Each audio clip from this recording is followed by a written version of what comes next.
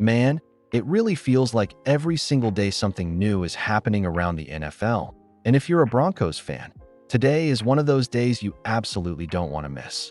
We actually have two big stories to break down, and both of them could have people talking for a while. The first one involves a trade prediction that's already creating a lot of discussion around the Broncos and could end up having a bigger impact than most people realize. It's one of those situations where you start wondering how much is real, how much is speculation, and what it could mean once the regular season gets closer. But that's not even the headline that's really going to get Broncos fans talking today. Because the second story connects Denver to one of the biggest names at the running back position in the entire NFL. If there's even a small chance this rumor gains momentum later in the season, it could completely change the conversation about this offense moving forward. Right now, it's still being called a rumor, but when respected NFL insiders start connecting the Broncos to a player of this caliber, you have to pay attention. So today we're breaking down both stories, what they actually mean, and whether Broncos fans should be excited, skeptical, or somewhere in between. Before we jump in, if you're a real Broncos fan, do me a quick favor. Hit that like button, subscribe to Broncos News Daily, and come be part of this community from the very beginning. I'm Andrew. The channel is still brand new, and our first goal is to reach 100 subscribers.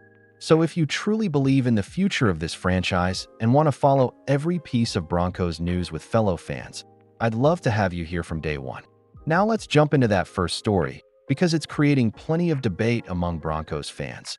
Even though it's important to remember this is still nothing more than a preseason trade prediction and not an actual report that Denver is shopping anyone. The idea comes from Mo Moton of Bleacher Report, who put together one hypothetical trade for each of the 32 NFL teams before the start of the season. His proposal has the Atlanta Falcons sending a late-round draft pick in next year's NFL Draft to the Denver Broncos in exchange for wide receiver Marvin Mims Jr. Moton's reasoning is centered around Atlanta's current receiver room. Behind star receiver Drake London, the Falcons don't have an obvious number 2 option. According to his analysis, Jahan Dotson, Olamide Zaccheaus, and rookie third-round pick Zachariah Branch are all expected to compete for targets, leaving room for Atlanta to look outside the organization for another playmaker. From Denver's perspective, Moton believes the depth chart has become much more crowded after the Broncos acquired Jalen Waddle from the Miami Dolphins. He also points to the chemistry that already exists between quarterback Bo Nix and receivers Courtland Sutton and Troy Franklin, while mentioning that the coaching staff is expected to continue developing second-year receiver Pat Bryant.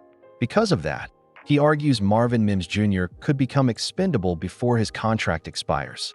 Moton even suggested that Mims himself understands this could be his final season in Denver since he's scheduled to become an unrestricted free agent after the 2026 season.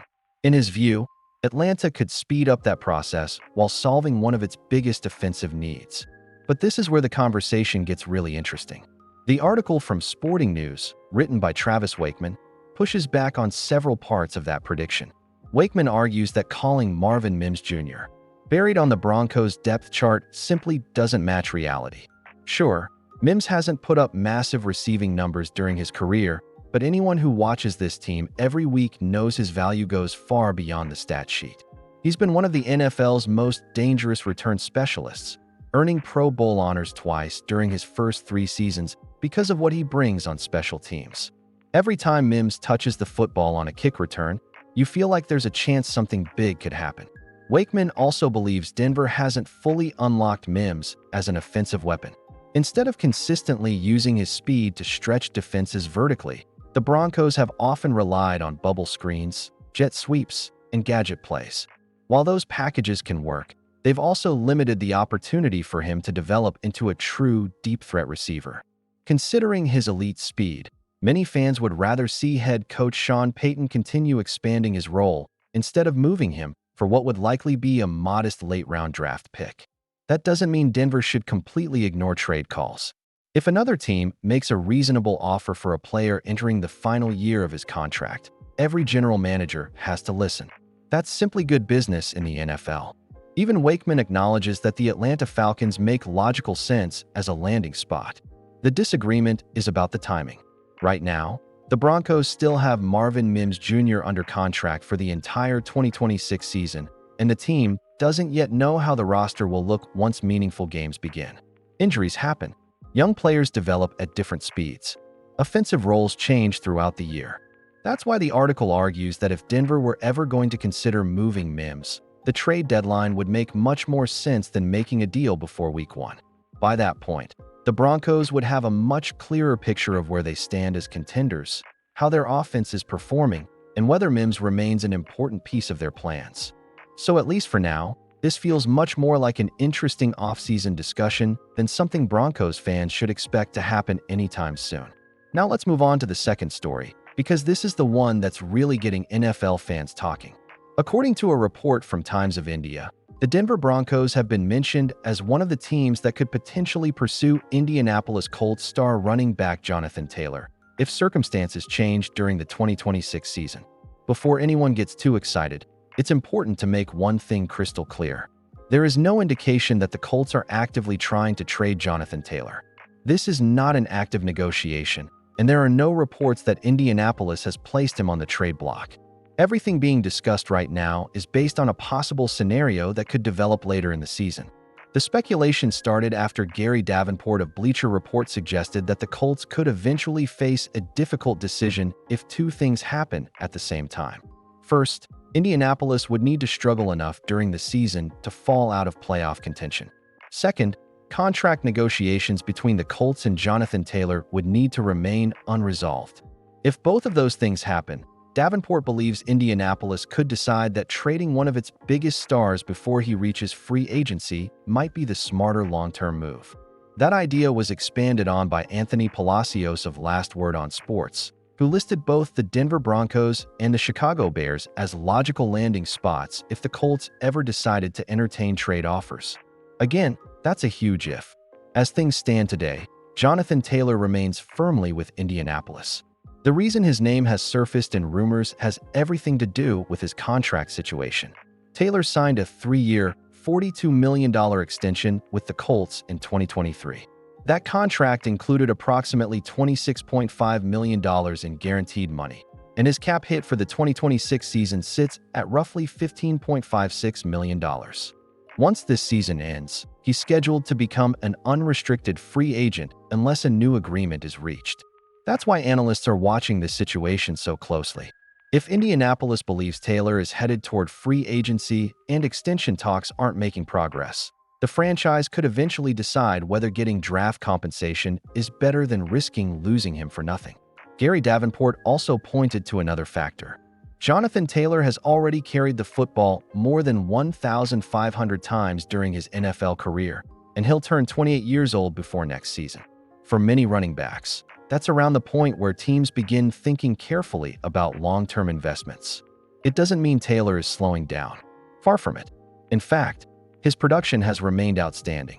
According to the report, during the 2025 season, he totaled 323 rushing attempts, 1,585 rushing yards, 18 rushing touchdowns, and 46 receptions, once again proving he's one of the NFL's elite offensive weapons. So why would Denver even be mentioned? The answer is pretty simple. The Broncos continue building around Bo Nix, and adding a proven superstar like Jonathan Taylor would instantly give the offense one of the most dangerous backfields in football. Taylor's combination of vision, power, speed, explosiveness, and receiving ability would fit extremely well in Sean Payton's offensive system. Defenses would suddenly have to worry about stopping Bo Nix through the air while also trying to contain one of the league's premier running backs. On paper, it's an exciting idea, but it's still just that, an idea. Right now, there are no trade negotiations, no official discussions between the Broncos and Colts, and no indication that Indianapolis plans to move its franchise running back. This is simply one of those situations worth monitoring as the season unfolds. If the Colts remain competitive, this conversation probably disappears. If Indianapolis falls out of the playoff race and extension talks stall, then this could become one of the biggest stories approaching the NFL trade deadline. For now, Broncos fans should view it exactly as it is. An intriguing rumor based on future possibilities rather than something that's happening today. So when you put both of today's stories together, I think they tell us something interesting about where the Broncos are as training camp gets closer.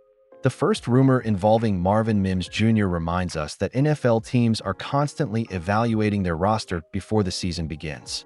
Every player entering the final year of a contract becomes part of trade conversations, whether those discussions ever become serious or not. In Mims' case, there's certainly logic behind other teams showing interest, especially after Denver added Jalen Waddle and continues to build around Bo Nix. But at the same time, moving one of the league's best return specialists before you've even seen this offense in meaningful games feels like a risky move. Unless another team comes in with an offer that's simply too good to refuse, it makes far more sense to keep Mims and see what kind of impact he can make this season. Then you have the Jonathan Taylor situation, which is exciting to imagine, but is still very much a hypothetical scenario. There's no evidence that the Indianapolis Colts are shopping him, and everything depends on factors that haven't happened yet. The Colts would likely need to fall out of playoff contention, and contract negotiations would have to break down before a trade even becomes a realistic possibility. Still, it's not hard to understand why analysts like Gary Davenport and Anthony Palacios connected Denver to a player like Taylor. If a talent of that caliber ever became available, every contender with championship aspirations would at least have to consider making a phone call. The biggest takeaway is that the Broncos are now viewed around the league as a team that's trying to win. Whether it's speculation about keeping important pieces like Marvin Mims Jr. or being linked to elite players like Jonathan Taylor, Denver is no longer sitting on the sidelines waiting for the future. The expectations are higher, the spotlight is brighter, and people believe this roster has the potential to compete. Now it's your turn. What do you think? Would you keep Marvin Mims Jr., or would you trade him if the Atlanta Falcons offered a fair package? And if the Indianapolis Colts actually made Jonathan Taylor available later this season, would you want the Broncos to make a serious push to bring him to Denver? Drop your thoughts down in the comments because I really want to hear where Broncos Country stands on both of these stories. And if you enjoyed today's update, don't forget to leave a like and subscribe to Broncos News Daily. The channel is still brand new, and our first goal is to reach 100 subscribers. If you believe this team is heading in the right direction and you want to follow every rumor, every roster move, and every big Broncos story with us throughout the season, join the community today and help us build something special from the very beginning. Thanks so much for watching. I'll see you in the next one. Go Broncos!